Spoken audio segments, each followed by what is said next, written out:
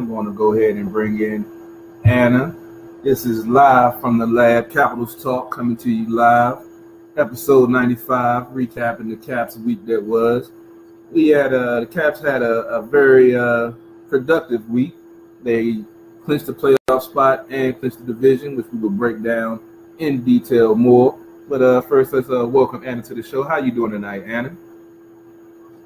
I'm doing great. It's the last day of my spring break, and I had an awesome week, and I'm excited about this Caps team. So I agree with you. It's a great way to kick off your third season. Congratulations to you and Robbie. It's awesome for you guys.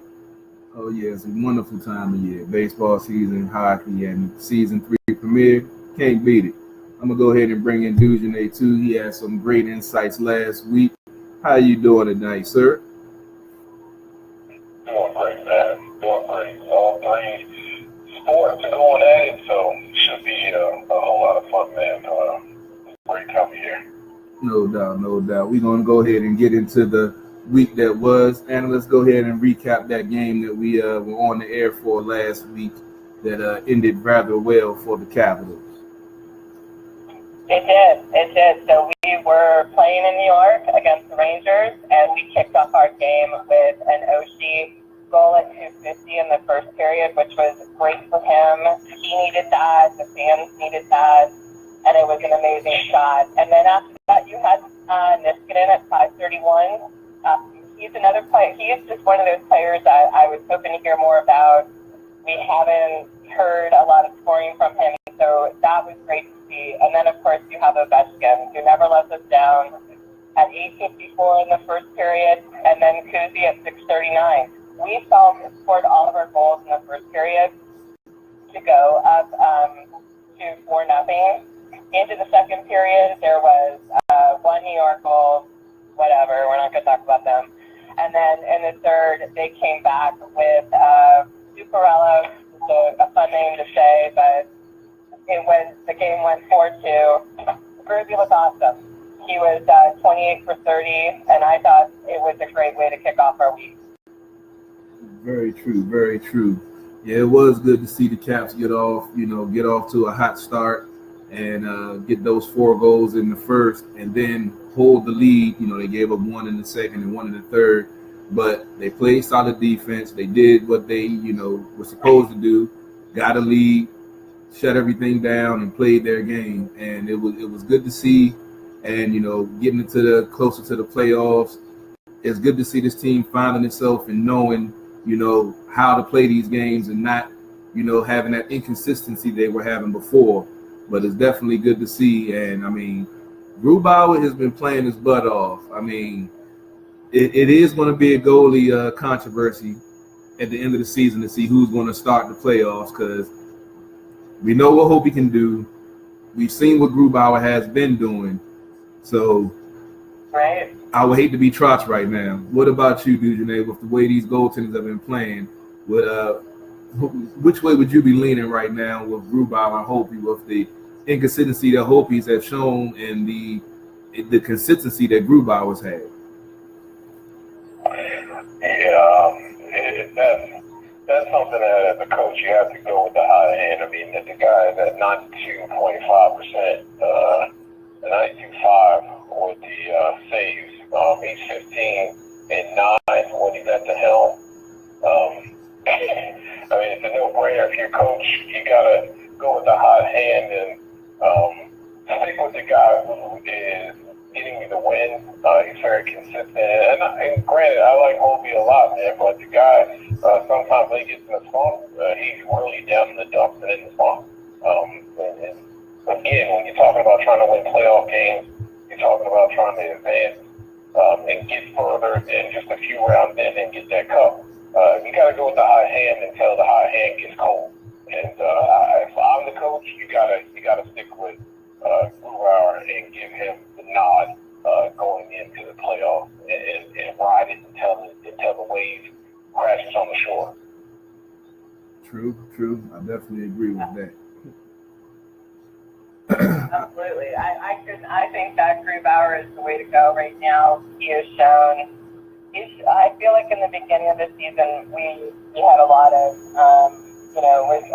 it's all about Holtby. It seemed like in the beginning of the year because of his amazing last couple of seasons. And I feel like this year, and we've all played sports, we've all coached. Once it gets mental, it's really hard to get out of that game, and that's kind of where Holtby is in that space right now. I feel like Grubauer would be a really good way for the team to go into the playoffs.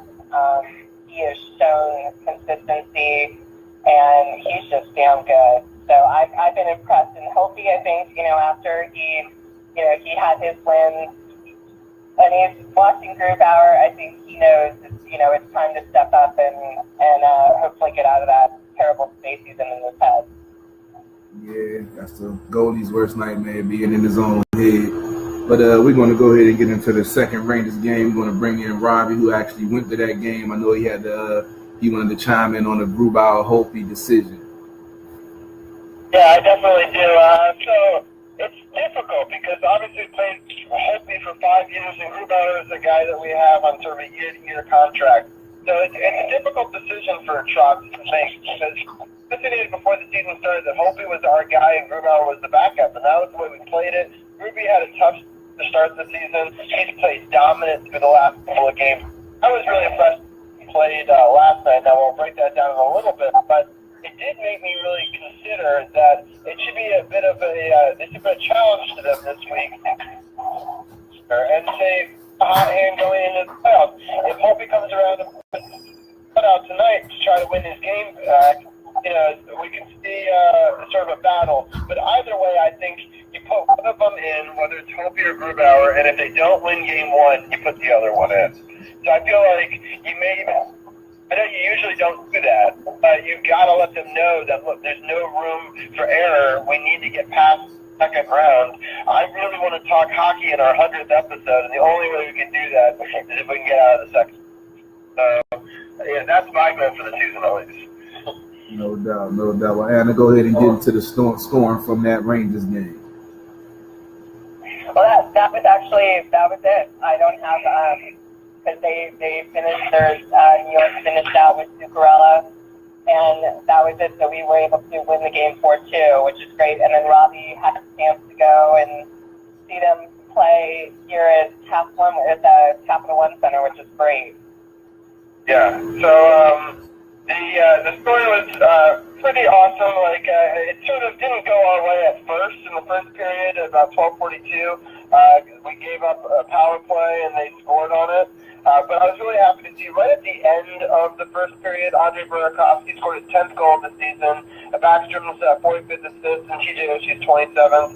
It was at 19:27, so just about 30 seconds left, and it was a really sort of a pivotal goal from a crazy angle. It sort of surprised me that it went in, especially because I thought Henrik Lundqvist was playing really well in this game. So it was 1-1. Unfortunately, Ryan Spooner got 10:35 into the third, and so it was 1-1 for a lot of this game, and because there was no scoring in the second period.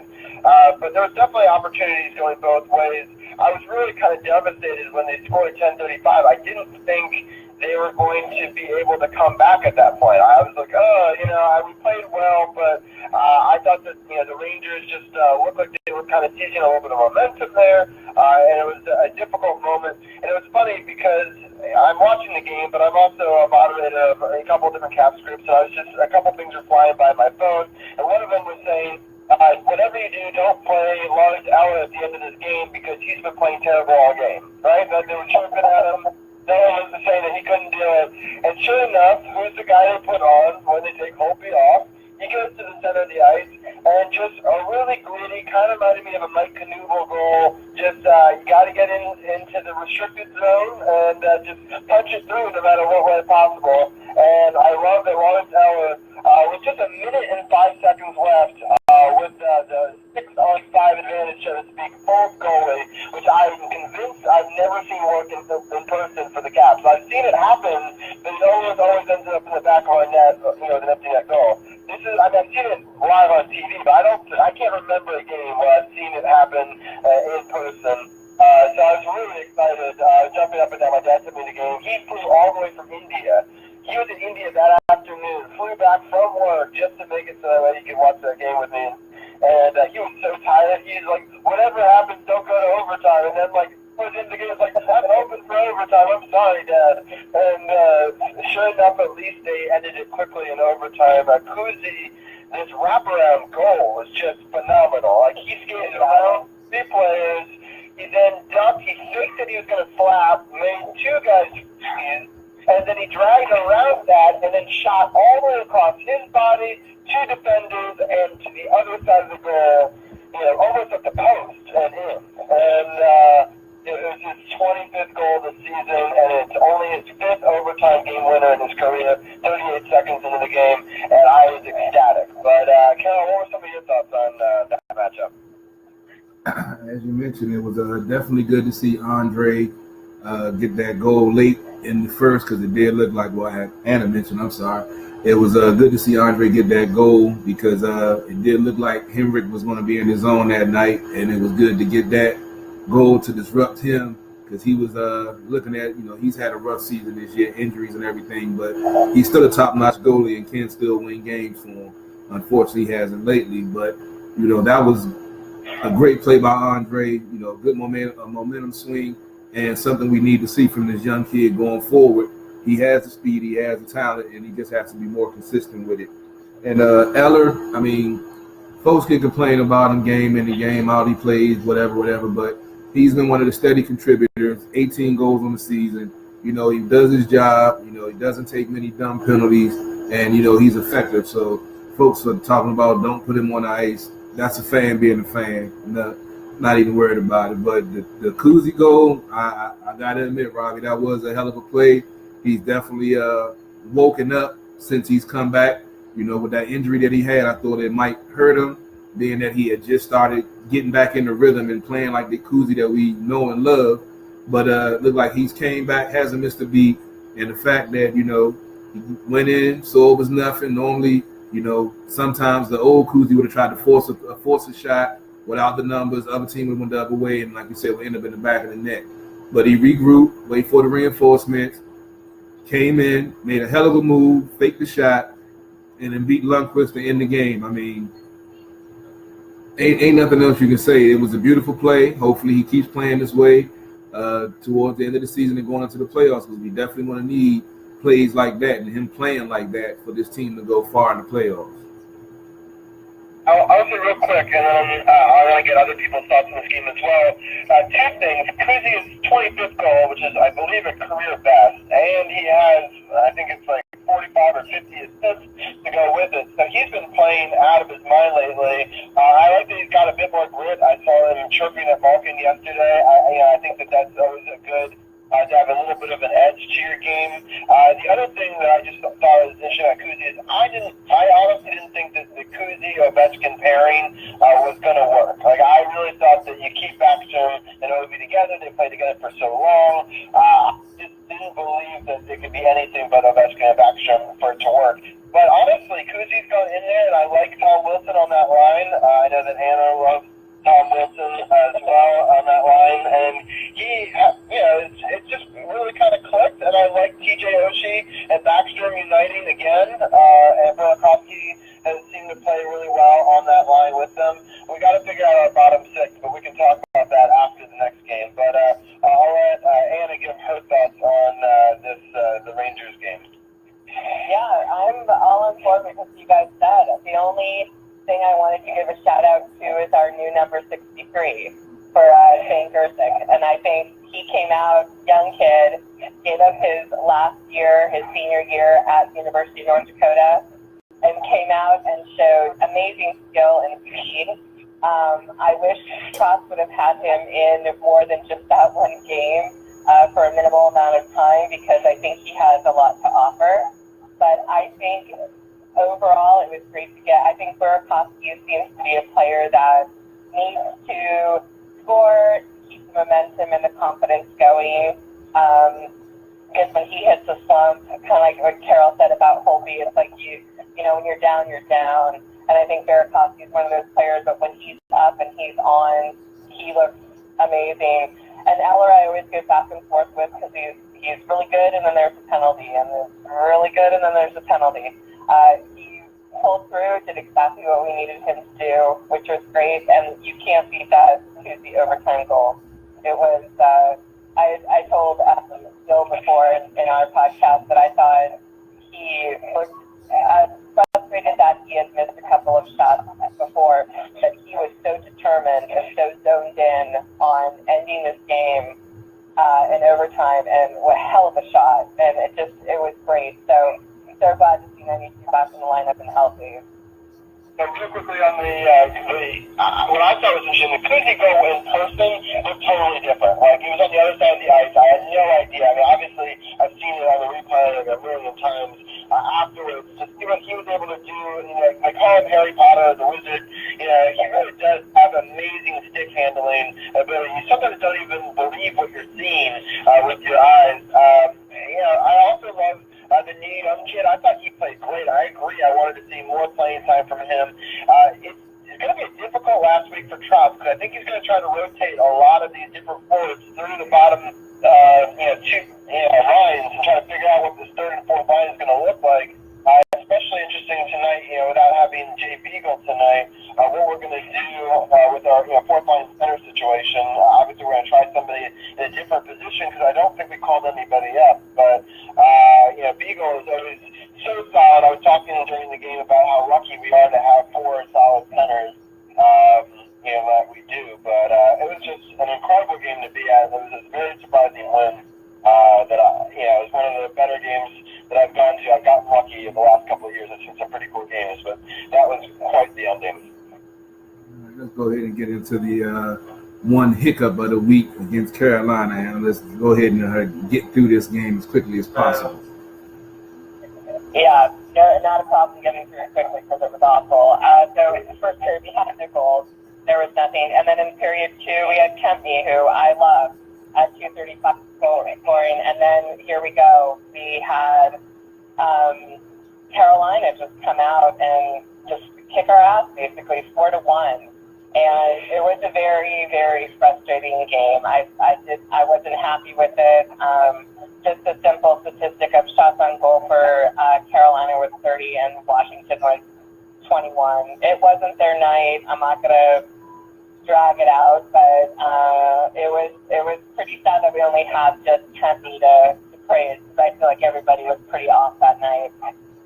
Yeah, they had just clinched the playoffs, the night before without playing. So I don't know if they, was a sigh of relief, and Carolina was just more hungry because they're still fighting for the wild card spot. But that definitely was a ugly game to watch, and to let Carolina score 4 unanswered.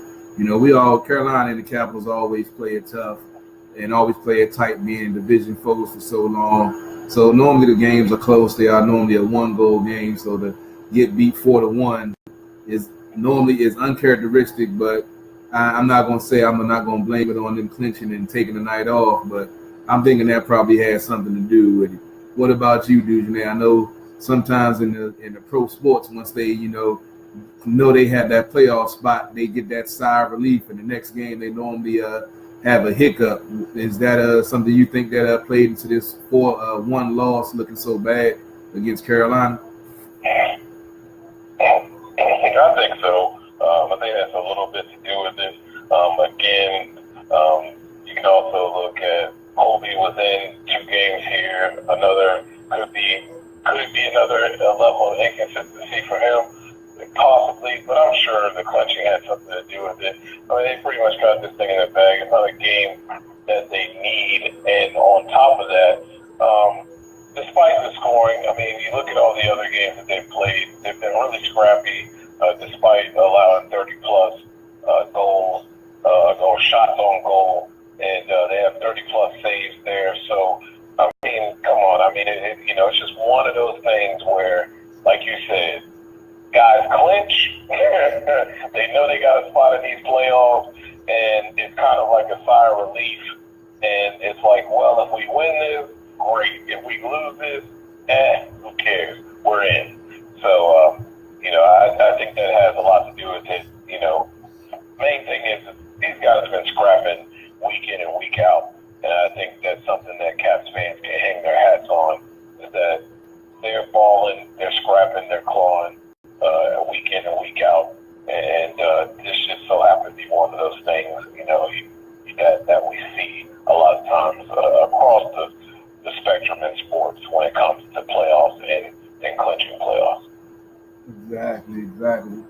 Now let's get into the game of the week, Capitals versus Penguins, where the Caps actually clinched the division in this game. This was a very pivotal game. Let's get into this scoring and break down this game and get into some Caps talk after this. Oh, yeah. Now, this was definitely a highlight of kickoff. You got a Ovechkin South's game, which is amazing, and hats off to him. I wish NBC would have acknowledged it more, but that's okay.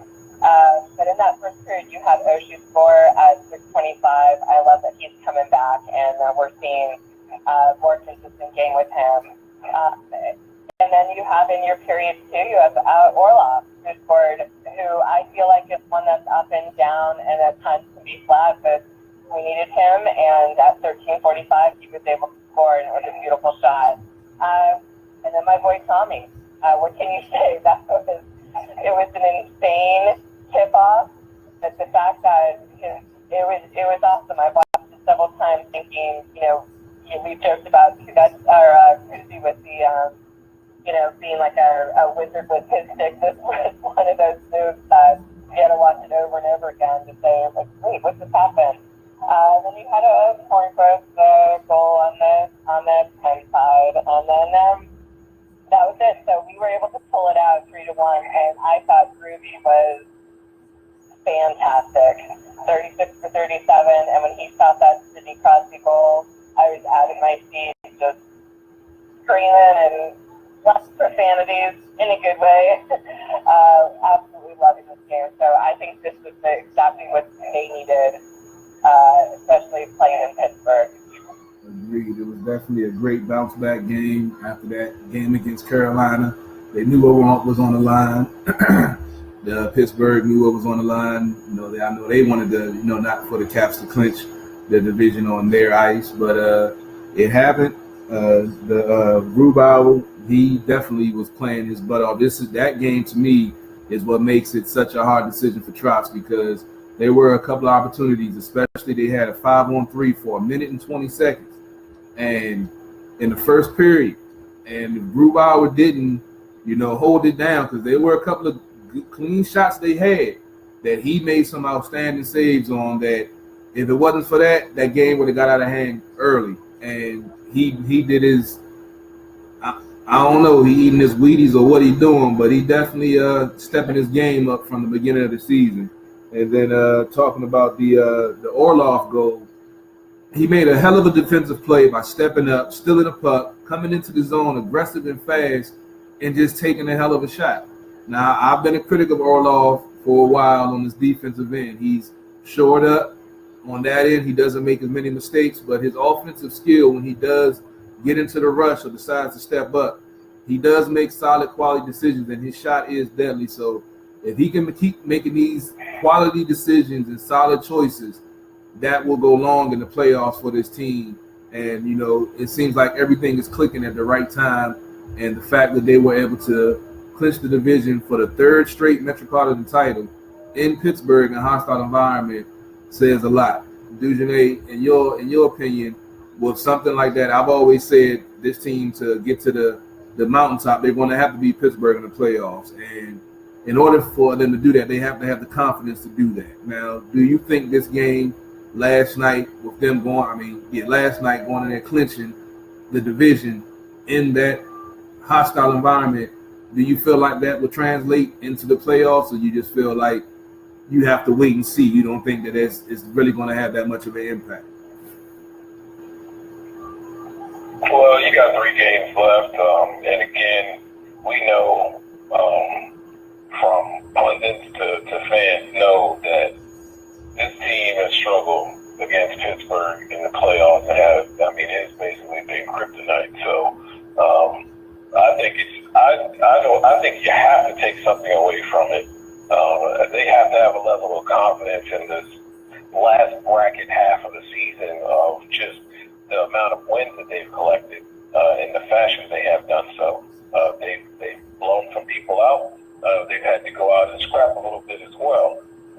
But to get something like that in the fashion they did, in a 3-1 fashion against the Penguins, again, they had 37 37 saves or something like that. Again, that's a high number, and I know for Anna that's at times concerning.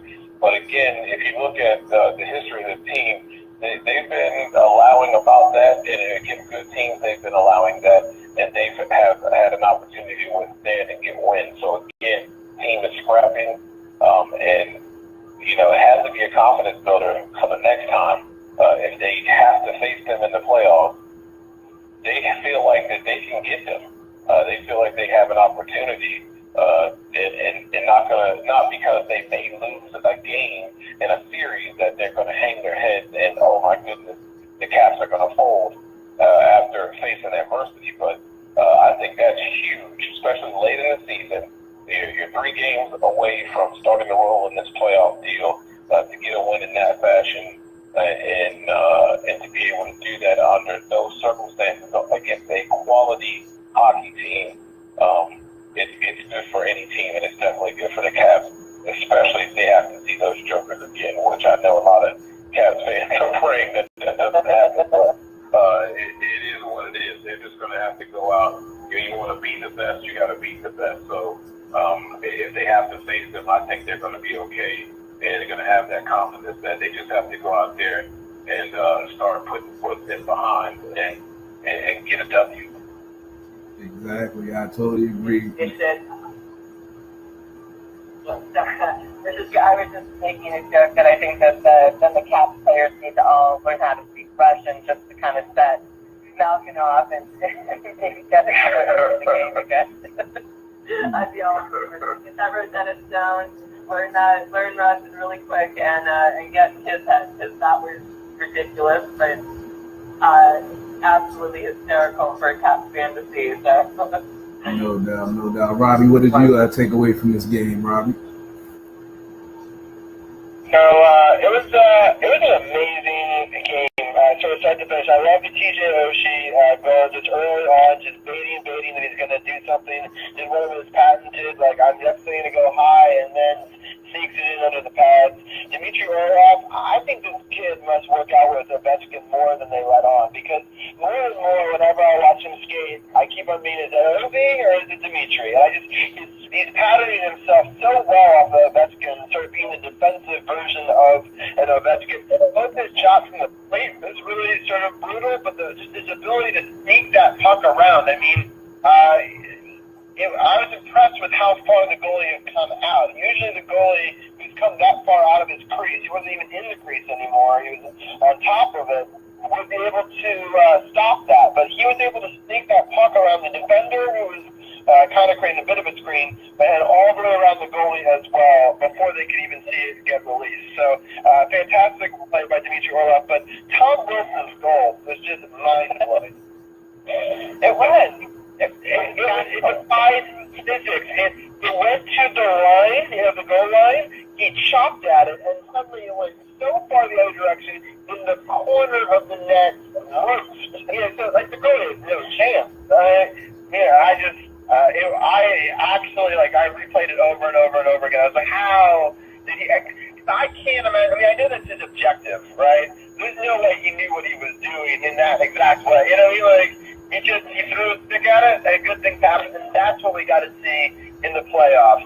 Is just throwing pucks on net, just barrage, just time of possession, just being relentless, taking no shifts off, rolling all 4 lines, and just believing in yourself. And whatever it takes, and if it's Grubauer that's going to have to be the person to vanquish the Penguins, then it's just going to have to be that way. It's going to be a tough decision between the two of them for sure. And I hope we don't have to play them, and I hope that they have to play the Philadelphia. That would be my ideal matchup for them, just to beat them up a bit. So if we do have to play the Penguins, maybe they're not 100%. I know that there was you want to beat the team at 100%. It's I don't care how we beat the Penguins in the playoffs, as long as we beat them in the second round, or as long as they're not there. I don't care about the asterisks. I don't care if it's they won the cup but didn't have to play Pittsburgh. If Philly did us a favor, I'm not going to be upset. Whatever it takes to get us there, is what we need to do. As I've said over and over again, when Pittsburgh goes to the playoffs, they don't care who they go up against. They know what to do. They know how to do it. They don't care about why they play, how they play, physical or not. They go handle their business. So if fans want to whatever and hope for this and hope for that, that team knows what it has to do. And they shouldn't care about who their opponent is or how they play. A championship team goes out there and enforce their will on the ice. They don't hope and pray for a favorable matchup, and that's why this team hasn't won nothing, because they're more concerned about favorable matchups and being healthy. If somebody gets hurt, that next man step his ass up and go out there on the ice and play your heart out till you bleeding on the ice. All of this sympathetic, I wish this, I want that, that's why these teams don't win nothing, because they're soft and they do more thinking than they do playing. So that sentiment of they do us a favor, this team needs no more favors. Their third time winning the Metropolitan Division. They have offensive juggernauts. They've improved their defense. Now it's time to man up, grab your nuts, and go out there and play some damn winning playoff hockey. And that's that. And I'm always still nuts. Exactly. I'm tired of this soft talk on all of our teams. Oh, we need this and a favorable matchup that. That's why they ain't won jack, because they're too worried about the other team and who's coming in. A real champion don't worry about who they're going up against. They worrying about perfecting their craft, executing, and winning their damn championship, not woulda, coulda, shouldas, and if this would have happened and if we would have got a favorable matchup. I don't want to hear that. That's BS. That's 106.7 talk. That's not Sports on the Hill podcast talk. That's amateur radio. Yeah, I agree, but let's for fun just take a look at the three possibilities that we may play. Because Pittsburgh's got to play a team, we got to play a team. There's three teams left. There's Columbus, Philadelphia, New Jersey, and literally right now it's 94, 94, 93 in points. So it could be any mix of any of those teams playing us, playing them, and then on the other side, the Atlantic, Boston's only up 2 points over Tampa Bay, but they have taken the lead. They've been streaking lately. It's funny, the Atlantic leaders, all of them have lost one game in a row. The Metro wildcard teams are all winning streaks. So the Metro division is a very, very tough division. One of those teams is going to get to play either Boston or Tampa Bay. And then the other teams, either Philadelphia, Columbus, or New Jersey, will have to play Pittsburgh and Washington. I know that it's hard to guess, but if Columbus has got a little bit of they have the tiebreaker, so they have a slight advantage over playing in Pittsburgh. Who do you think plays us? Who do you think plays Pittsburgh? There's still 3 games left. Honestly, I don't care, because Columbus is hot right now. Pittsburgh, you know what they're going to do in the playoffs. Tampa, they've been fluttering lately. Boston, hot. So, however it goes, you're going to go up against tough competition. I really don't. For this team to win, at this point in my mindset, I don't care who they face in the first round. They just need to beat them. Whoever they face in the second round, I don't care. They need to beat them. And then whoever's in the next round, they need to beat them. Now, that's where my mind is right now. I don't care who they match up against. I think this team has scrapped enough this year and learned about itself and has enough youth and speed that they didn't have before, and going through this tough stretch with the Metro, fighting off and winning the division with the tough competition. I think that's going to translate into the playoffs. So I'm hoping that this team has a mindset of, just like I said, they don't care who they put in front of them. They're going to be ready to handle their business. Anna, who do you want, since Carol won't be committed on who he wants to see, who wants Pittsburgh to see? And I get it. I know it doesn't matter. I know we got to play hard. But Anna, who do you want to see and who do you want to have Pittsburgh face? My God, and I hate to. I wish I could give you a straight answer, because I think at one time I was going one way and going the other. But I am just at a point right now where they are so close. No excuses, no DC jinx, no nothing. It is time, and I think just the simple fact that they came into the game last night and kicked ass. They looked so amazing. That is just what we need, regardless of who they play. Because we've played all these games before, some good, some bad. But I just want to see them just keep going forward. I'm afraid to say. Sound like I don't think so. I know, exactly. I'm with you. I am the biggest. I hate jinxing stuff. I hate, all of that. And, I'm super superstitious. So it's difficult for me to sort of answer this question myself. Of course, if I'm going to make the choice here, I would like to play New Jersey. And I would like Pittsburgh to play Philadelphia. I'd like Columbus to go to the other side of the bracket. So, if we're playing the game that way, I just think Pittsburgh, Philadelphia would be such a grudge match. They can maybe beat each other up a little bit.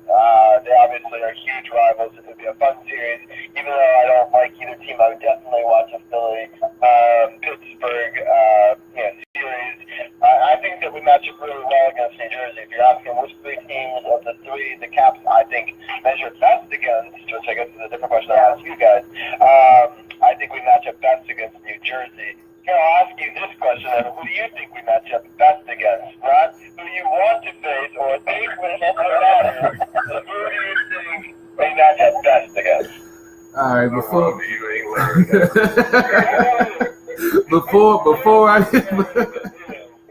before I get into that answer, I'm going to give a quick score update from the Nats game, which is underway. It's Nats 1-0 at the top of the first. Trey Turner led the game off, got on first, and attempted steal. The pitcher threw the ball away and went into the dugout, so he advanced to third, and Rendon just had an RBI ground out to make it 1-0, and Bryce Harper's up the bat with 1 out, 2-1 count with the bases empty. Nats up 1-0. Matching up. It's so much. So much. I can't even get the word. I can't even think of the word. All the teams are closely similar. I can't think of the word that they always use, but they're similar in the way they play, and being that they're division opponents, you already have that added experience of them playing each other, knowing each other well. So it's a coin toss to basically, you can just say whoever the home team is can basically have the advantage, because these teams know each other so well, being in the same division, that it's just going to come down to, as it always does, the hustle pucks, who going to get this when the puck bounces your way, a hot goalie, and those scrappy goals. And we've seen the Caps do that throughout the season, and hopefully they can do the same thing in the playoffs, and see what they've learned from all of these losses to the Penguins in the playoffs, and see if they can use that to propel them to a championship. For sure. All right, well, that's a good answer. I'll accept that. We can move on. I'll ask Anna the next question. We've got a matchup tonight against the Blues. It's always an interesting matchup between us and them. I know that we've kind of clinched the division. There's a chance for a hangover, kind of like a bit like the Carolina game. Not to mention, it's back-to-back. I think we're going to go with Holtby to see how he does. He's going to have a tired defense in front of him a little bit, especially because who knows how much they celebrated after last night. What do you think is going to happen in this big matchup tonight? I don't want to say it's going to be like Carolina, but I wouldn't be surprised if it was. I think that I wish I could say they're riding the high, but I think just what the effort and they played those 60 minutes against Pittsburgh so hard yesterday. They're going to be tired, and they've got to feel good off of it. I don't think they're going to make it easy. I don't think it'll be a shutout, but I definitely feel like we may not be seeing 100%, but yeah. So Holtby's in, Beats is out, and I'd like to see if they're going to bring 63 back in, just to kind of give him a little bit more time before the playoffs. It'd be nice to see. I don't want to, because he's a kid. He gave up the senior year in North Dakota. It's like I'd like to see him to come in and play a little bit more, and I'd like to see Rana get some more time, because I don't know what happened to him the last couple of games. I agree. So one thing I wanted to know real quick is St. Louis is fighting for their wild card lives. They have 92 points. The second wild card is Colorado in the West with 93. Los Angeles is the first wild card with 94, and St. Louis has played one less game. So this is quote-unquote the game in hand. They can jump all the way up to first in the wild card with a win there. So it definitely is going to be a good test for the Capitals, because they're going to play But, Carol, what are some of your thoughts on that matchup? Well, it's definitely going to be a tough matchup. As you mentioned, they're fighting for their playoff lives. The Caps are coming in off a back-to-back. Hopefully they didn't party too hard after the victory last night because they know they had this tough matchup. But it's definitely, I think, St. Louis does have the advantage in this game because they are, like I say, fighting for their playoff lives. But this will be a great statement for the Caps to win this game. Just for them, even if, like I said, it's a back-to-back, even if they did, party. I think this will be a statement game for them, for themselves to go out there and handle their business and win this game. To keep the playoff push going. There's only a couple of games left in the season. Tough competition. You don't want to go in on a losing streak or losing a couple or not giving your full effort because that, you don't want to go into the playoffs like that. So I'm hoping that they come out full effort, full compete, and find a way to win this game and against the team that's fighting for their playoff life.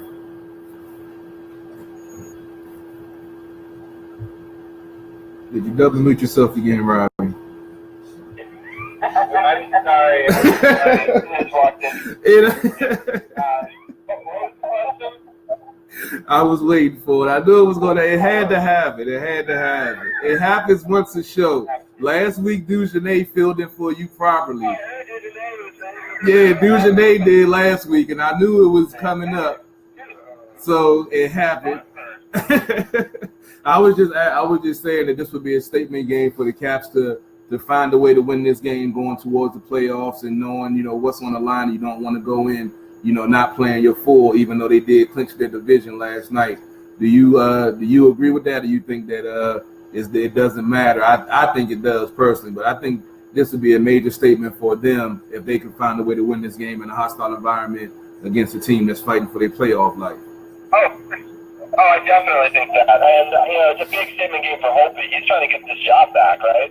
This is his game. This is his opportunity. Both are against, playoff-level opponents in must-win games. He's got to sort of go out there and match what Ruby was able to do. I hope the defense plays just as well in front of him. We attack the puck just as much because I'd like to see apples to apples. Ruby played a great game last night. Can't take anything away from him. But we also played pretty well in front of him as well. This is such a close play. I know we don't usually do baseball updates, but it is the first time we can do a baseball update during Caps. There's a question on whether Harper was safe here, and they ruled that he was, right? He dropped the ball. Oh, he dropped the ball. Okay, that's what it was. All right, so Michael Taylor's up and there's a second and third, top of the first with one out. So, the match up 2-0, so that's kind of cool. But anyway, I know that it's already 7:48. Do we want to wrap it up so I can get into the Wizards segment, or do we have anything more we want to break down with the Caps? Yeah, let's go ahead and get into Wiz talk. We can talk. We got some interesting things to talk about their season so far and going forward. I'm gonna go ahead and end this Facebook Live. I appreciate everybody checking it out and tuning in. Appreciate it as always.